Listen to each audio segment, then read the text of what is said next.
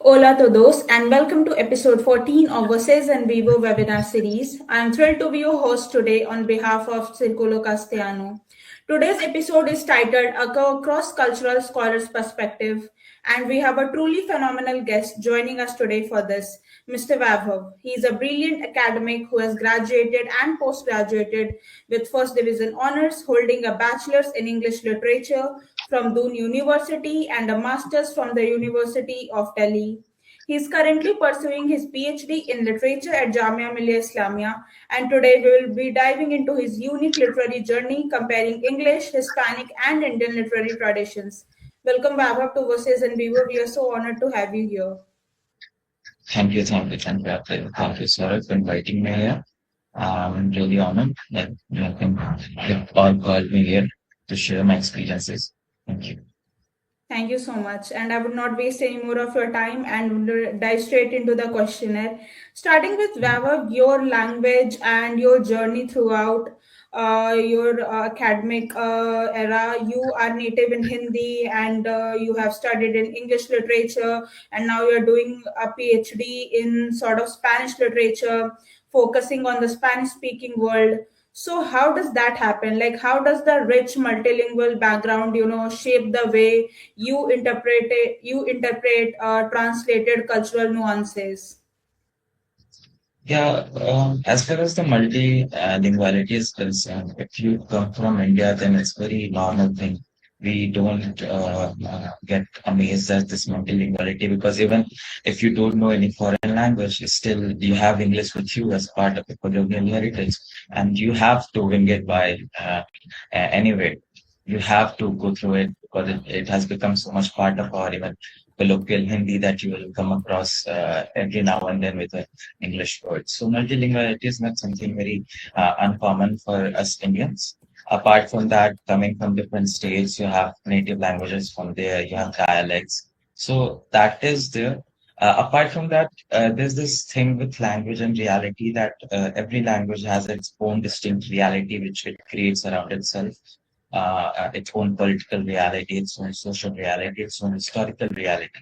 So that thing is there that if you know only one language or two language at best, your reality or understanding of reality is somewhat constricted. But as you get to know other languages from other parts of the world, completely opposite part of the world, like in the case of India and Latin America, you get to acquainted with a very distinct set of reality which you might not have encountered anywhere with your own with your own languages, with your native languages and the languages that you're given by your own society. So that is the thing there that you get to see the world from a very different point of view, which you until now didn't possess. So that thing is there. So yeah, that cultural thing which you asked that how it helped you getting through the all the cultural nuances. It gives you a different set of eyes to see the world. Yeah, that does. That makes complete sense, and it is actually very true. I mean, language and then literature is such a mixture of such a great, stand point of view when we see all the different aspects of world, the realities and the eras that goes on, and when we actually dive deep into it, it is something that is very much fascinating.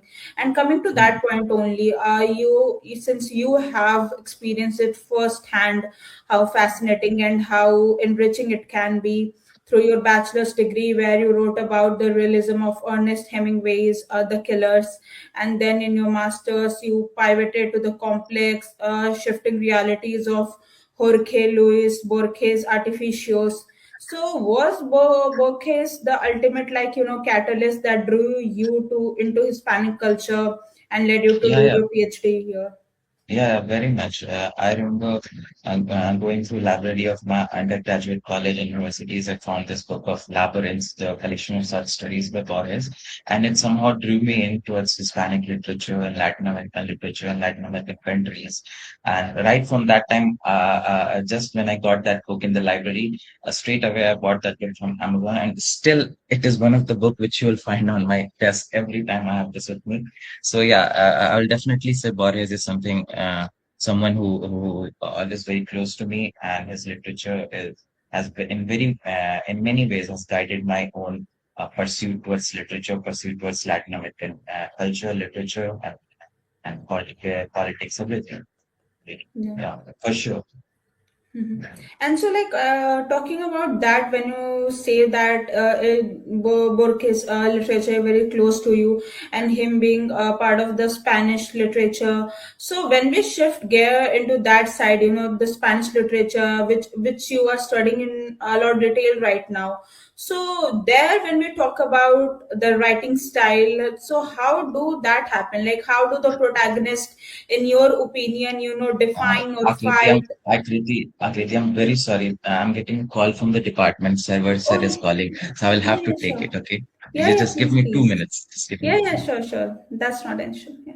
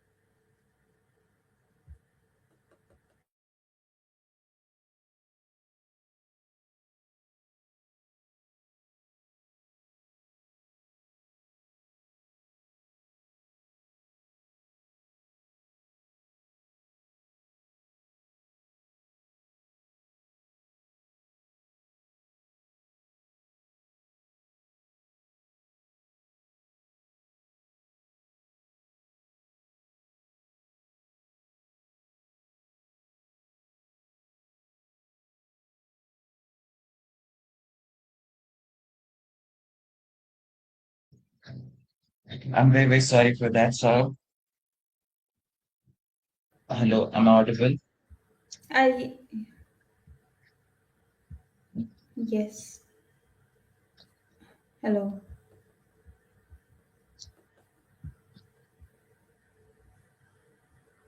I'm very, very sorry for that. I didn't know that you will be calling, but it was some office related what you wanted to know about my papers. I have to take that call. I'm very sorry for that.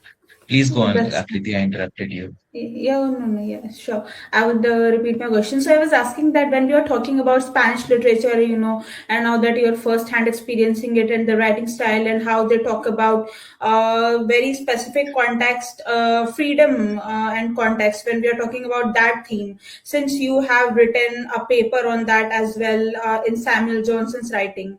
So when we are talking about that theme into and seeing it from a Spanish literature point of view, so how do the protagonists there talk about or define or fight for freedom differently than the characters in the English canon? Yeah, of course, that has to do because every literature, as we know, is foregrounded or has a background in the place or the society in which it is being written. So, of course, if you're talking about English literature, then you'll have to specify English literature where of England, of Ireland, of Scotland, of America, where or even of India. So you will have to like English literature of where, which particular place, because every place has their own political, social, and cultural realities.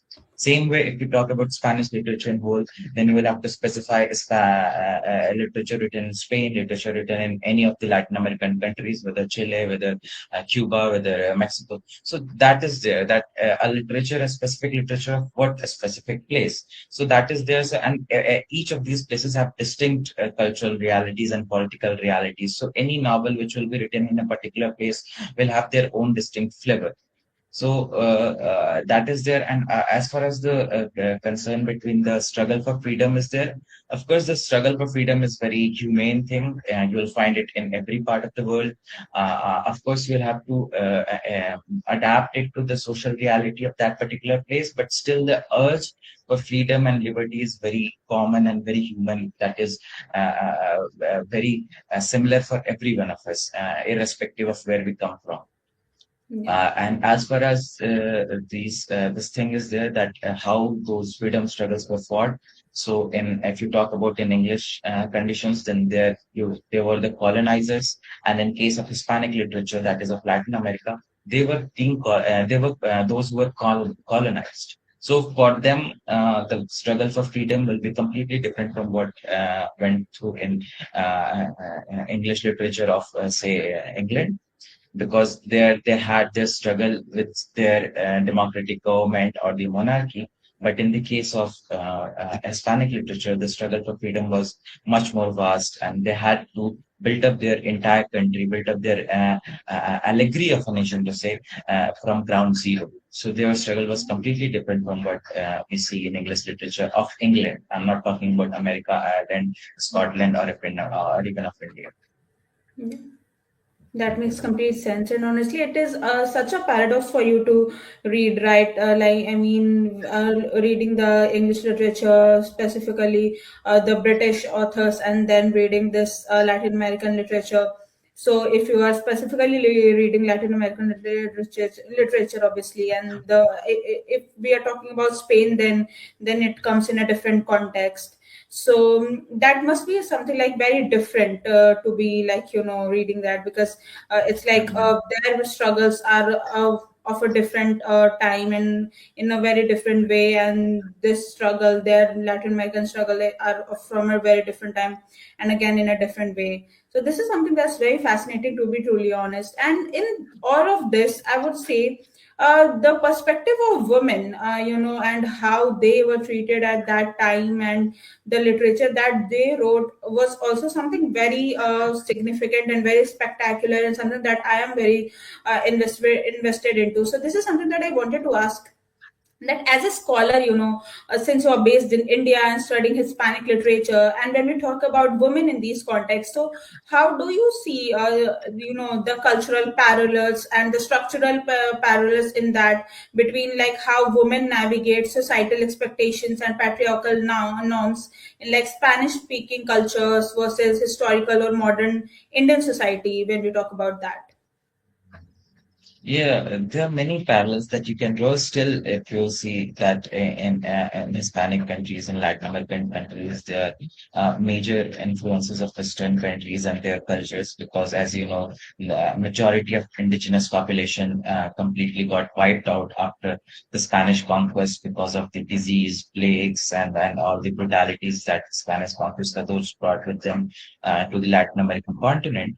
But still, there you can draw a lot of parallels. First of all, if you are a woman from, let's say, India or Latin America, then in a way, you are triply marginalized in global world. First, you are marginalized on base of gender, then you're marginalized on base of your own race, and then thirdly, you're marginalized of being from a colonized country. So you are marginalized in many ways. So there's this intersection of marginalization that women have to go through, and they have to navigate all through all these marginalization. How they have to tackle when it comes to gendered marginalization, how they have to tackle when it comes to racial marginalization, and how they have to tackle when it comes to marginalization based on colonization. Right. So there's there are levels of discrimination that women have to go through, and this is similar either for Latin America or either for India. So yeah, that is one of the parallel which I will draw. As far as the cultures are concerned, they are very distinct. I won't draw very romantic parallels in between them. Of course, the freedom thing which we talk, of course, that's very human thing. So of course that is there. But the way to achieve that freedom, all the political realities to achieve that freedom, all the political struggle that they will do, all the political protests that they will do in streets, that will take completely different shape, because all of them are placed in a different social and political context. So yeah, Yeah. that is Yeah, that makes complete sense when we talk about that and look it in a very intellectual and perspective, and in a deeper sort of perspective. When we are actually reading it, then we can obviously draw a lot of parallels. And as you just pointed out, this is one of the very significant parallels that we can look at. And yeah, taking inspiration from one of your other work that you did, your fascinating publication on heterodiagetic narrator in Milan Kundra's work. So I would like to ask, like, if from that angle and from that perspective, having written and having published, taking inspiration from his work, how do Hispanic authors use external or detached narrators to observe and critique their own society's treatment of women when it comes to that? How do you see that that angle and that theme? Yeah, as far as heterodytic and diegetic narrative is concerned, I don't think that has much to do with the way literature is being written in Hispanic countries, and especially in context to focusing upon women issues. But yeah, there you'll find many novels which use heterodiegetic narrative. Heterodiegetic narrator is basically the narrator who's not a part of the plot, who is not one of the characters in the novels or in the story. He is a third person, omniscient and observant narrator who is narrating the story to the readers. So, as far as that is concerned, you will find many novels in Hispanic literature where you can find these heterodiegetic narrators who maintain a distance from the characters, from the plot that is unfolding, and in a way they try to give a more objective and a more unprejudiced view of the society, in which they try to depict that how women has been marginalized and discriminated throughout the centuries, and specifically more even so after Spanish conquest. Yeah. That makes sense, and thank you so much for explaining that. Honestly, I've loved talking a lot about this, and I've learned so much from you as well from throughout this questionnaire and throughout the journey of how women are depicted and how they are understood in from Hispanic point of view and from the Indian point of view. Now, I would love to talk a little bit about your own journey that you're currently doing, since you are currently pursuing your research PhD in Hispanic literature from Jamia. And so I would love if you could, like, talk a little bit about that, like what specific era or genre you are pursuing in your Spanish literature journey, and like what is that one author or character that completely shatters the society expectations of their time from what you are studying. My field of research is Latin American boom literature. That is a specific period of 10 years. It has not been specified, it has not been given as such name of Latin American boom by all those writers who were writing at that time. It is a time period of 1960 to 1970, where many experimental novels came from continent of Latin America, and they kind of completely engulfed the imagination of entire world. They completely shattered the expectations or the norms which Europeans had set for Latin American literature, and they completely subverted it. So, yeah, that is my field of research, which I'll be doing in my PhD. And mm, anything more about it is, yeah, of course, the names that you know, which in undergraduate or in postgraduate literature, students read. These names are very familiar to them, of Marquez, of Fuentes, of Llosa, of Donoso, of Cortázar. So these are those famous writers who wrote in those times, and their novels are what under my concern in my research concerns.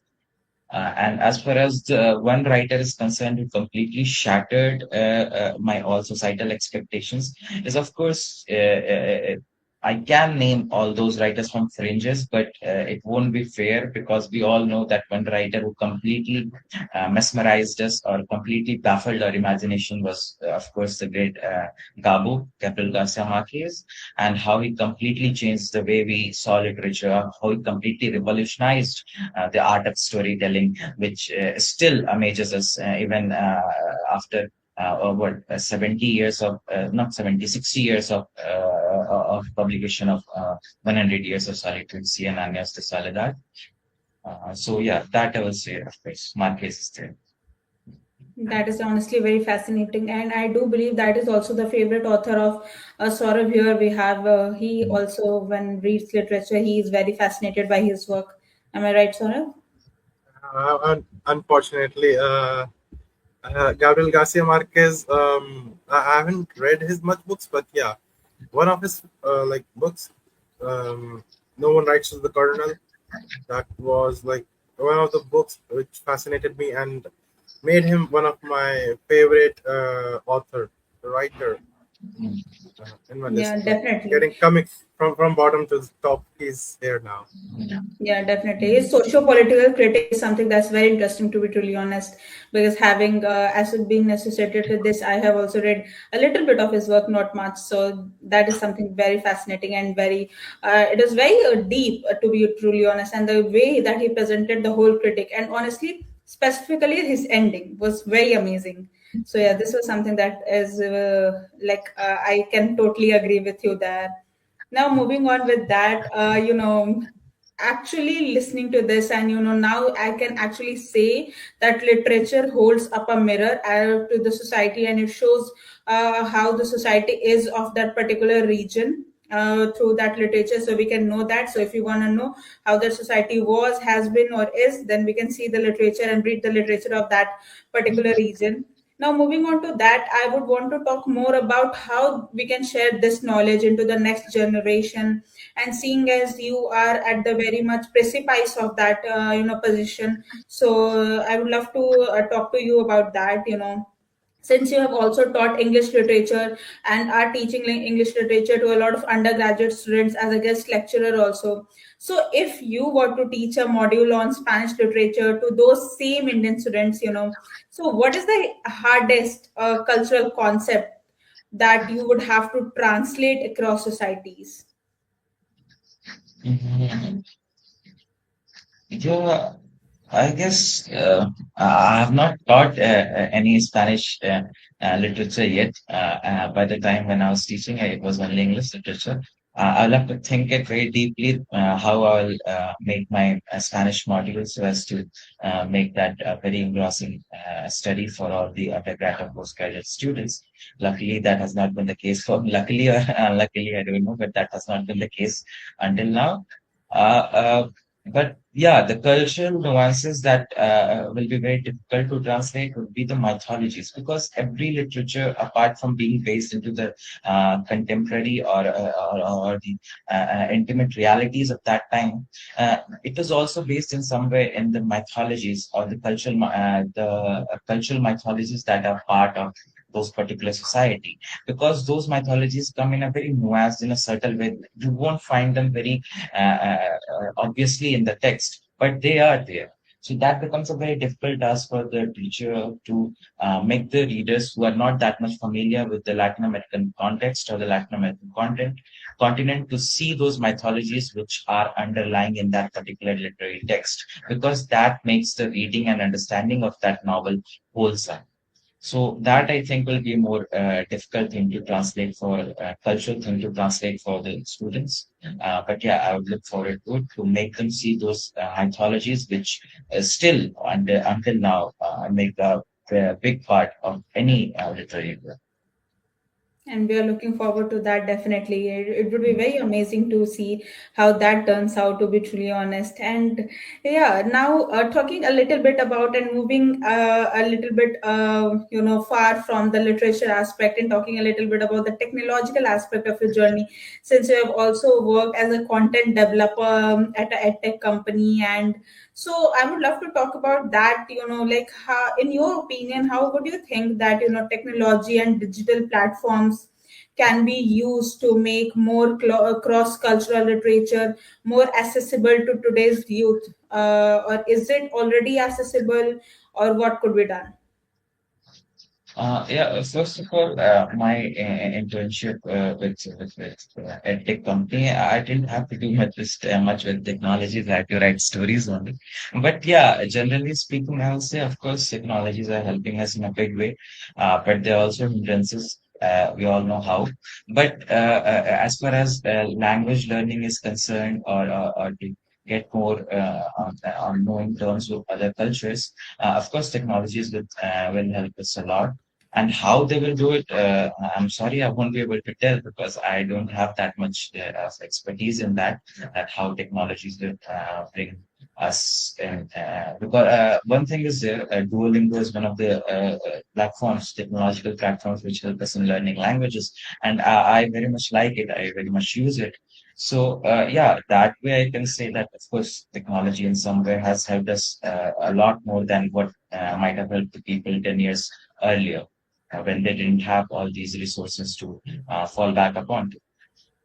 Yeah. Apart from that, I won't be able to give any more expert answers on how technologies can help us learning So language and yeah, culture. yeah, yeah, definitely. But when talking about that, as a student as well, since you are a student as well as a teacher, when you read both the English literature and the Spanish literature, since it's both are two different things. So, what is the thing that you might prefer or recommend students? That do you prefer or recommend reading books to understand the literature or the whole context, the cultural nuance? Or would you like recommend or like were seeing any YouTube video or reading from any other website that you might have came across and that you believe that will be wonderful? So would you what would you recommend or prefer? No, no, definitely I'll go old school here. I would recommend them to read books. And then, of course, there you can see the use of technology. How can technology be very enabling? That you go on those websites, like educational websites like JSTOR, where you can find different articles, research papers written by research scholars and academicians across the globe.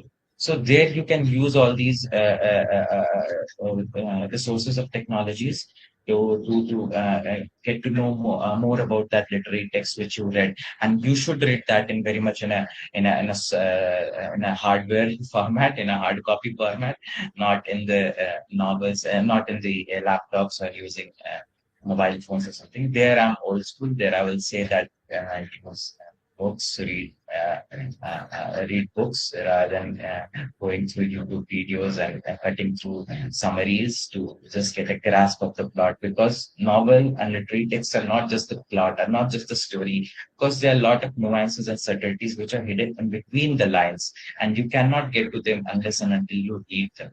So I would definitely recommend to read the books, and of course, technology will come in the form of websites like JSTOR, Google Scholar. There you can research through all those literary research articles and research papers that has been written upon that book. Honestly, I couldn't agree more. Like being a little partial myself, I do prefer the books as well when I'm reading my literature, when I'm reading my novels. That is something that just, I don't know, stands out more On their rather page. than, Yeah. yeah, yeah, rather than reading from a screen. That you cannot understand the research article or the paper from the screen. This is something that Mm. maybe the brains are wired, and maybe for different people that can be different. But yeah, that's something that I'm also partial about. Now, and I would really, really like to, show my gratitude and thank you so much for all your amazing answers. This has been such an incredible conversation. But before I let you go off for the rapid fire round with Saurav, I do have a last question for you. Looking forward, for you, in your opinion, how do you hope your cross-cultural PhD research, will change the way one would read and compare English, Indian, and Hispanic literary traditions? I won't be that much ambitious with my PhD thesis that I will be able to change how people approach all these Indian literature and English literature and Hispanic literature. I won't say that I have that much ambitions with my PhD thesis, but yeah, definitely I would like to make a contribution. Right now, my PhD concerns or my research concerns are not that much inclined towards doing a comparative study between the Latin American literature, Hispanic literature, or Indian literature. But yeah, definitely through research papers and research seminars, I would definitely like to explore these things as well, the comparative study between these two distinct literary traditions of India and Latin America. As far as the English is concerned, that is my background. That is what I have done in my graduation and masters. So that will remain with me. And of course, in somewhere that will also prejudice my study of Latin American literature, Hispanic literature. I will try to steer as clear of that. But of course, that will, because my training is in English literature. So of course, that will be a big part of my resources. But yeah, that will be my answer.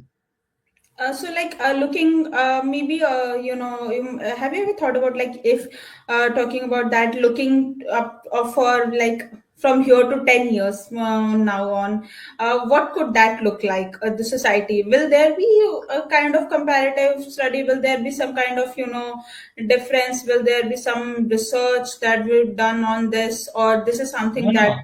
is not? Already there has been a lot of research is going on. So it's not that something which will start in future. Still, research is there. Many people have already done on it. Many people are still doing on it, and in future too, it will be the same case. But for me, specifically for me, that is not my research concern right now. Yeah. But definitely, I will do some comparatives because you can't completely ignore something which you are born into. Indian literary tradition is something I've read. And through my all my childhood. But right now, as PhD is concerned, that is not my part of Yeah. research. But definitely, at some point, I will be doing that as well. That makes complete sense, and thank you so much for that. And we are really looking Thank forward you, to Akari. having that conversation when it comes to that. Definitely. Now I would hand Yeah. over the mic to Saurabh for the amazing rapid fire round. Thank you so much, Akriti, and thank you so much for this insightful talk. Because I you know can't hear one you, thing. Sarah. Um, am I audible now? Yeah, Okay, great. Thank you so much, Akriti, and thank you so much, Vaibhav, for this insightful talk. And I would like to jump back on one of the point where you mentioned about like reading books in the hard copy and understanding the cultural aspect. Totally agreeing with you. You know, when we read a book, it gives a different perspective, but it doesn't represents the culture 100% if we are just reading the book. Going ahead with a cultural story or the background, that gives us a very different perspective for every single line. You know, yeah. that's something which I have encountered with the book of Laura Esquivel, Como Agua para Chocolate. And when I read the book at the start, I was like, it's very cruel family theme story, uh, like following up the traditions. But when I got to know about the cultural societal background, it was something that I could say that it is representing the society. Yeah, definitely.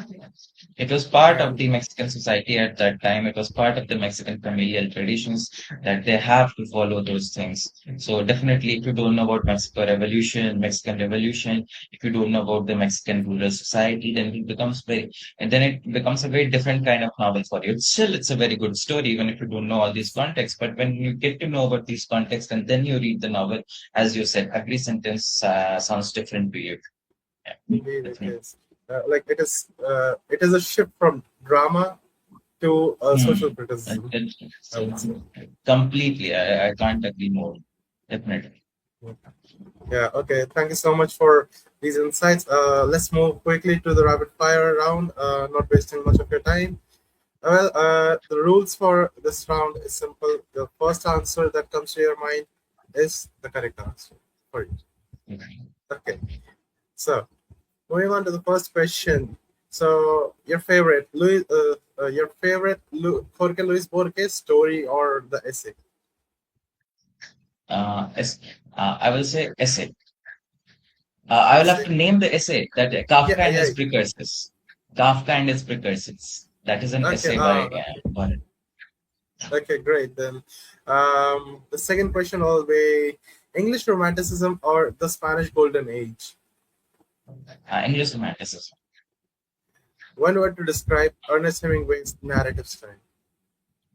Sorry, I can't hear you, Saurabh, clearly. Yeah. I'm really sorry. One word Yeah. to describe Ernest Hemingway's narrative style. Realistic. There's no other way. One word to describe. Okay. Before I just speak this word I believe cannot be described in one word, but still, one word to describe magic realism.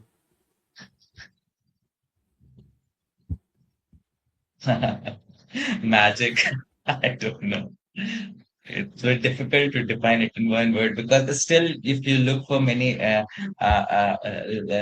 research definitions or scholarly definitions, you won't come upon a single definition which defines magical realism because still people try to grasp it in different ways. They try to look it upon it from different angles, and still there's not a consensus about what the definition of magical realism can be, which everyone can adhere to. So of course it's very difficult, but yeah, it's something revolutionary we can say. Let's say one word, revolutionary. Surely that actually fits in the frame much more Yeah, better as compared to the other words. I was thinking yeah, about exaggeration, but that's just a part yeah. of realism. Exaggeration. Yeah, but it's a part of it. You can't say that only exaggeration brings in the magical realism. But yeah, Yeah. exaggeration is one of the definite. Okay, so an underrated female Spanish language author that our Circle Castellano members should read tonight. Boliano, Roberto Boliano. He's a Chilean writer. If you could get hands on any of his novellas, novels, poems, essays, anything, if you can, please read it. He was a very Sure. proficient writer. He wrote a lot of novels, 13 novels, I guess, in the span of his 50 years of short life, and lots of poems, lots of essays, lots of criticism.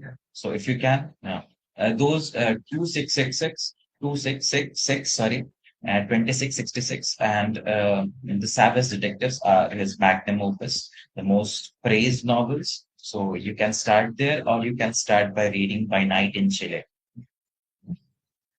Surely we'll make the wish list just only with the yeah with these So, sorry, again, can't hear you yeah well.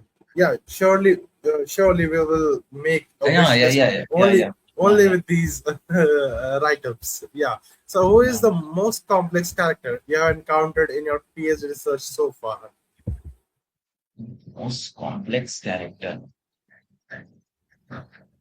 I will say I was reading this book for the seminar, which we attended recently. Yes. There's this character of a conservative politician and a patriarch of Esteban Trueba in La Casa de los Espíritus, The House of the Spirits by Isabel Allende. It's one of the most complex characters which I can say that I can get my head around. But yeah, right now I'll answer Esteban Trueba because he's on my head still now. Okay. Well, I'm not sure much about it, but what are your views about Pedro Paramo over here? Yeah, Pedro Paramo. Yeah, actually, if you there can be a very interesting study if we comparatively study Pedro Paramo, the character of Pedro Paramo from Von Winslow novel Pedro Paramo, and Esteban Trueba's analysis in this novel. There can be a very important parallel can be drawn in between these two characters from completely two different countries. So yeah, of course, Pedro Paramo is also a very complex character for sure. Okay, thank you so much for that But amazing still, if insight. I'll have to choose, I will choose Esteban Trueba because there hasn't been much of characterization of Pedro Paramo been done. And in the Mhm. novel of Allende's, a lot of things have been told, which even more complicates the character of Trueba. So I will still say Mhm. Esteban. So, agreeing with you because I believe in Pedro Paramo, protagonist becomes his son, not Pedro Paramo in his action. In actual. So, moving ahead to the next question: Hindi, English, or Spanish? Which of these languages has most poetic soul? Mhm. I don't know. It will be very difficult to answer. I will have to confess, of course, you know that my Spanish is not that good. I know only basic Spanish, and I haven't read more than Marti and Borges and Neruda in Spanish. I haven't read any other Spanish writers. Dario, I've read Ruben Dario, but I haven't read much of writers in Spanish yet. And in comparison to what I've read in English, I will have to say English because still. All my arsenal is filled of English poets and English poems. So of course, English was for time being. Then, in this case, I'll accept the defeat, and will urge you more to please read about Yeah, yeah, the Spanish definitely. authors. Let's go Yeah. ahead with the next question. Reading a physical paperback or reading on the screen? Oh, well, we know the answer, but still. Yeah, physical paperback, I'll definitely say. Okay, then Milan Kundera or Samuel Johnson. Kundera. Kundera. Milan Kundera. If you could teleport to a fictional society from a book for just one day, where would you go? Sorry, sorry. What Yeah, did you if you could teleport to a fictional society uh, from a book for just one day, where would you go? Yeah, I would definitely like to go to 1920s in Paris because that was the hub. Paris was the hub at that time of all the artists and the writers at that time, and a very important canon of literary works have been written in those times of 1920s, and especially by the writers who lived in Paris at that time. So that is a very interesting time, and that is a very interesting history. So I would like to go to A literary character who would make a fantastic modern day politician. that.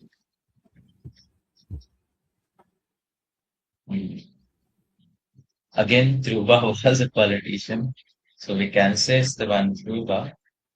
Um,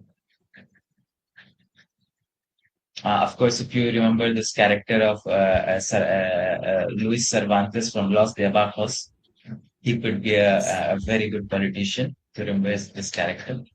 Yeah, definitely Luis Cervantes. He was a very canny person, very clever person. Huh?